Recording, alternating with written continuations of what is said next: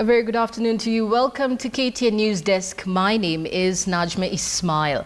Now, county governments are calling on the National Assembly to approve the proposed budget allocation figures so as to pave way for planning of county budgets for the 2015-2016 financial year. Nairobi County Governor Evans Kidero says the counties are unable to plan for the next financial year because of uncertainty regarding the amount of money they will get from the national government. Now, earlier in the year, the Senate had proposed amendments to the 291 billion shilling proposed for the county funding, which was later renegotiated to 287 billion shillings by the mediation team.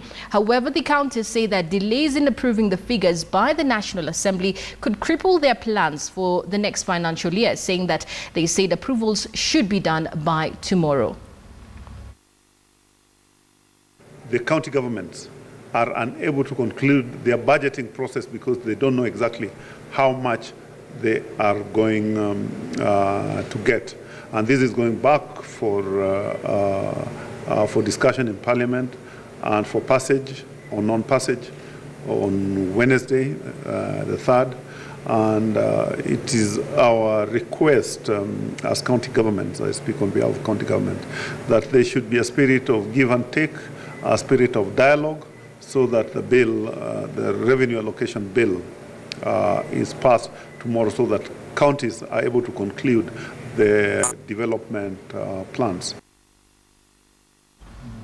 Persons with disabilities are raising concerns over efforts by the government to ensure provision of equal opportunities in government institutions. They spoke during their community-based rehabilitation African conference. They urged the government to increase funding and create awareness on key issues affecting persons of disability. They met with the Acting Cabinet Secretary of Labour, Social Security and Service, Rachel Omamo. She said that they have drafted a policy to address disparities in service provision to persons with disabilities. We in Parliament can very ably tell you that there is a way in which marginalization metamorphoses itself for groups that are disadvantaged. That even when you are in the mainstream, you still find elements of discrimination that principally arise from the fact that you may be a person with disability, you may be a woman, you may be a youth, and all other forms of marginalization that we find. Kenya is a signatory to the Convention on the Rights of Persons with Disability and is striving to implement Article 26 on habilitation and rehabilitation, amongst other articles of the Convention. In addition, we are also implementing Article 54 of the Kenyan Constitution, which outlines the rights of persons with disability.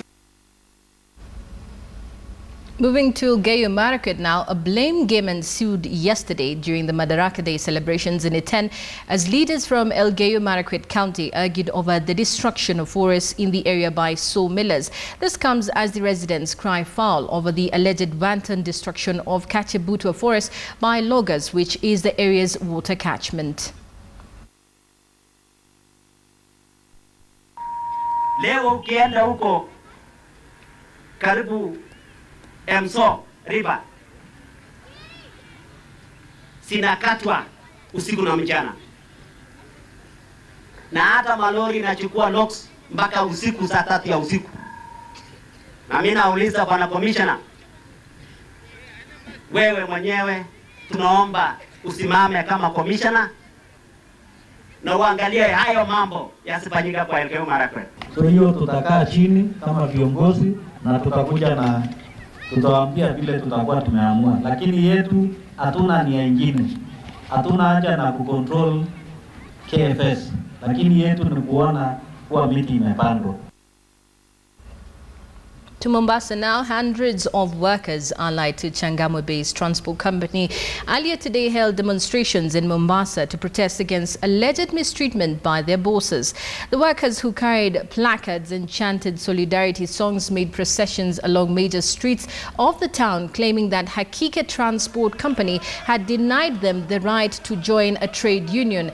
The company had moved to court allegedly to bar its over 800 workers from association with the union. The matter is currently being handled by the Ministry of Labour after the Industrial Court referred the case for arbitration. Tunasema bwana usimame na watu wako. Wafanyakazi hao wote unaona hakuna hata moja ako na appointment letter. Hatuna. Hata moja. Na mwingine wamefanya kazi miaka 20, 25, 30. Hiyo ni kumaanisha akitoka tu ni kwenda. Sababu hata akiumia na hiyo lori anaendesha, akiumia huu tajiri hamjui. Mnataka wakule nini? Ikiwa ile kazi mumewapa hamwalipi pesa. Ndio. Mnasema vijana wetu wanakula drugs. Kwa nini wasikule ikiwa shida ni hii? Matajiri wanawanyanyasa. Tunasema leo ndio mwisho. Kama nitaenda nyumbani vile niko hivi na mimi niko na wachukuu na miaka yangu yote imeishia hakika. Nitaenda wapi? Now it's celebration time here at Standard Group as our very own Radio Maisha marks its 5th birthday. It has been 5 years of consistent entertainment, educational programs and dissemination of news. The last 2 years have particularly marked the station's exceptional growth in both ratings and revenue. And manager Tom Japani promises that this is only just the beginning of even bigger and better things to come. Happy birthday to you. Happy birthday, dear Maisha. Happy birthday to you. Happy birthday, dear Maisha. Happy birthday to you. We all know what the destination is. It's actually to be the market leader, #1, and we'll get there. We were not in the top 25 only 2 years ago. We are at a very strong #2 right now, and I believe it's just a matter of time. You've done a super job, and you are winners. And when people win, everything wins because there is inspiration, there's positive spirit, there is more inspiration. Winning is like the beginning of a whirlwind. You know how it goes. It goes and it goes and it goes. And it gives strength. It energizes the organization. And that is what you have done for us. So I'm very proud of you. I wish you the best from the office of the CEO, from the office of my entire management team. You will always continue to get all the support to get to the top position. Well, a very happy birthday to Radio Maisha indeed, tukombele pamoja. Now, did you know that you could be at risk of suffering from hypertension without even being aware of it? Medical experts say the condition has no clear symptoms and your lifestyle choice may be a contributing factor. Mumbui Moki has the details. 40-year-old Sami Passat is a security officer at Aga Khan University Hospital. He suffers from hypertension. Just like that. Passat was only 28 years old when he was diagnosed with high blood pressure, a condition he previously associated with older people of 40 years of age and above. I used to have headache, like every day I have headache, then I go to the doctor. They'll give me medication for the headache, yeah? But then one doctor by the name Dr. Kitasi decided to give me something like a graph. So she told me I'd be taking blood pressure twice a day. And then I'd be recording on that graph, yeah? Then after 1 week, I went back to her. And that's the time now she noticed that I was hypertensive. And Dr. Jailan Mohammed, a cardiologist at Aga Khan University Hospital, breaks it down. Understand high blood pressure, you have to understand that the blood is circulated through blood vessels, and the heart pumps the blood into the main blood vessels. And the amount of pressure that exists inside those blood vessels is the blood pressure. The blood pressure can be normal, it can be low, and it can be high. And hypertension essentially means that you have high blood pressure. Normal blood pressure at rest is within the range of 100 and 140 millimeters systolic. That is the upper level which measures how well the heart is pumping blood into the blood vessels. 60 to 90 millimeters diastolic, the lower level measuring the amount of pressure used for pumping. Hypertension is present if the blood pressure is persistently at or above 140 millimeters systolic over 90 millimeters diastolic, which means the blood pressure in the arteries is elevated. According to Dr. Mohammed, there are several factors that can cause blood pressure. Most people have high blood pressure because of a combination of things, largely a genetic predisposition to having high blood pressure.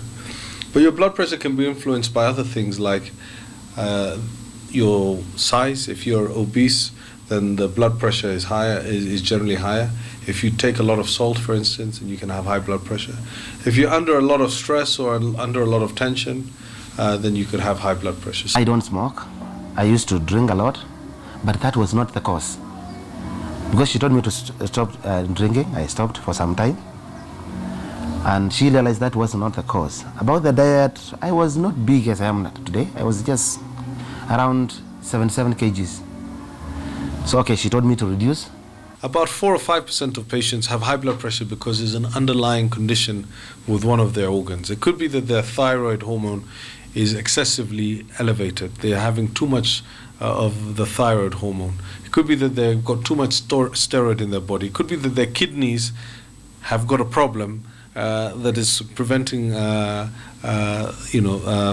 fluid, putting too much fluid in the blood vessels. A report released by AstraZeneca in Healthy Heart Africa in May this year, the condition does not have any symptoms. Even though it can be sustained through medication, over time it is a major risk factor for complications. You could have high blood pressure causing problems with your eyesight and bleeding in the back of your eye. You could have high blood pressure causing problems with the kidney, and in the long term affecting the function of your kidney. You can have high blood pressure causing bleeding in the brain. And you can have high blood pressure causing so much pressure on the heart because the heart has to pump against that pressure. And that results in some patients, heart failure. So these are all you can see me in classes. What happened in 2000 and around 2003, I had bad vision. I couldn't see you I can't see you even now. At, say, after 30 meters, I can't see nothing. And this was caused by the high blood pressure. Hypertension is a chronic medical condition, and Sammy has to stay on medication for the rest of his life. The condition is expensive to maintain as well. You should go for 3 months, okay? 25,000, 3 months. So for a year, 100,000. Its identification is usually done through screening, and in most cases, the nurses check one's blood pressure when a patient visits the hospital for whatever problem. Mumbwa Mwoki for KTN. Time now for a short break, but I will be back with more news.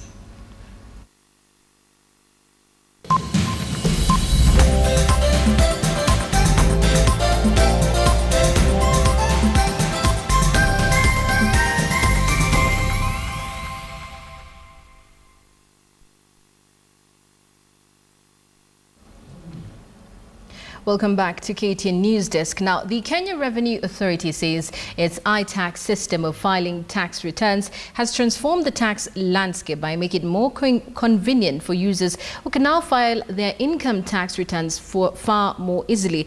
While speaking in Nakuru County, Kenya Revenue Authority Commissioner General John Njiraini said that the iTax filing system saw the tax index go up 40 places as more people now found it easier to file taxes online. KRA introduced changes to the iTax system to boost tax compliance and revenue collection. Kenyans have been urged to be forwarding in their tax payments so that the levies collected can be used to grow the Kenyan economy.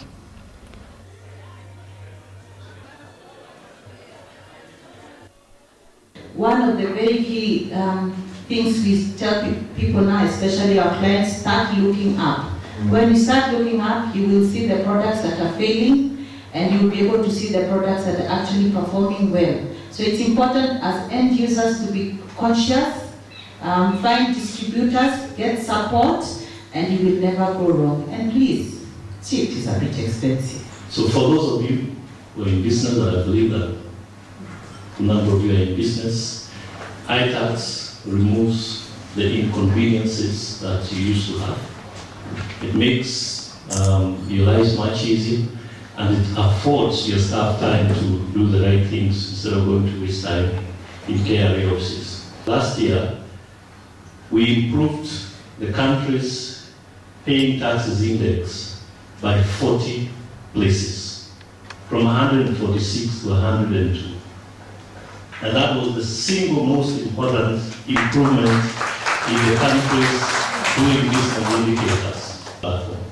We expect that this year there is going to be an even greater improvement in the country's ranking when they release the results for the previous year in November.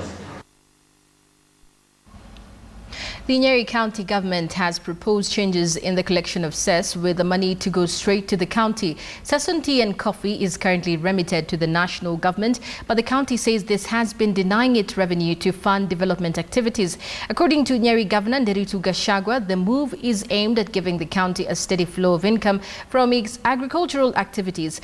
Previously, the money that was sourced from a coffee and tea cess, and that is deducted from the sales, was taken to the national government, but will now be redirected to the county government.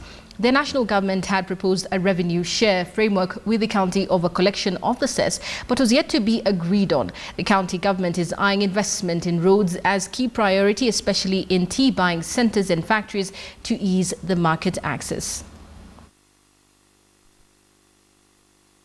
Tumeongea sana katika agriculture na tumesema labda tupatie mkulima haki yake, na ndio nimesema kutoka next week mambo ya pesa ya cess yote irudi kwa county iende kwa hiyo kamati iko ndani kabisa huko kwa majani chai, na pia coffee cess, pesa ya coffee ya cess yote irudi kwa factory, si kwa society. Itakuwa controlled at the factory level kwa sababu mkulima wa kahawa ako hapo factory, haana kwa society, na hiyo ndio mwendo tungetaka tuchukue katika agriculture. Moving on to sports now, more top international soccer executives are likely to be arrested in a Department of Justice investigation of FIFA and other governing bodies in the sports as the FBI-led probe on the world governing body FIFA continues. This even as FIFA has admitted it processed a $10 million payment from South Africa to one of its former officials, but said its Secretary General was not involved. FIFA has admitted it processed £10 million payment from South Africa to one of its former officials, but absolved its Secretary General Jerome Valcke from blame. The organization said the transfer was approved in 2007 by Julio Grondona, the chairman of its finance committee at the time. He died last year aged 82 after serving as an executive member for 26 years.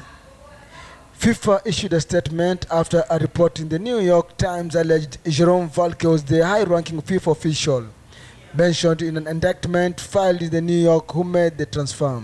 Football's governing body said neither Mr. Valcke nor any other member of FIFA's senior management were involved in the initiation, approval and implementation of the payment to former Vice President Jacques Warner. The money changed hands as part of the South African government's project to support the African diaspora in Caribbean countries as part of the World Cup legacy, according to the report. The U.S. indictment alleges the £10 million bribe was in return for Mr. Warner and Jack Blazer, believed to be the FIFA whistleblower who cooperated with the FBI on the case voting for the 2010 World Cup to be played in South Africa. There are reports that more top FIFA soccer executives are likely to be arrested in a Department of Justice investigation and other governing bodies in the sport. We don't know. I mean, this is the authorities. They've told us at their press conference, the DOJ the other day, that they haven't finished their investigations yet. So we don't know. The indictment and arrest Wednesday focused on corporate executives and international soccer officials from CONCACAF, the North and Central American Federation that includes the United States. He's the elected president of FIFA. And based on that, we have to build off of what we have and just make everything the best we can in the sport. FIFA's immediate response in the press portrayed itself as the victim of CONCACAF's officials' crimes. Swiss prosecutors have hinted that they are pursuing FIFA's top bosses for charges related to future World Cups. Well, that's it on Newsdesk this afternoon. My name is Najma Ismail.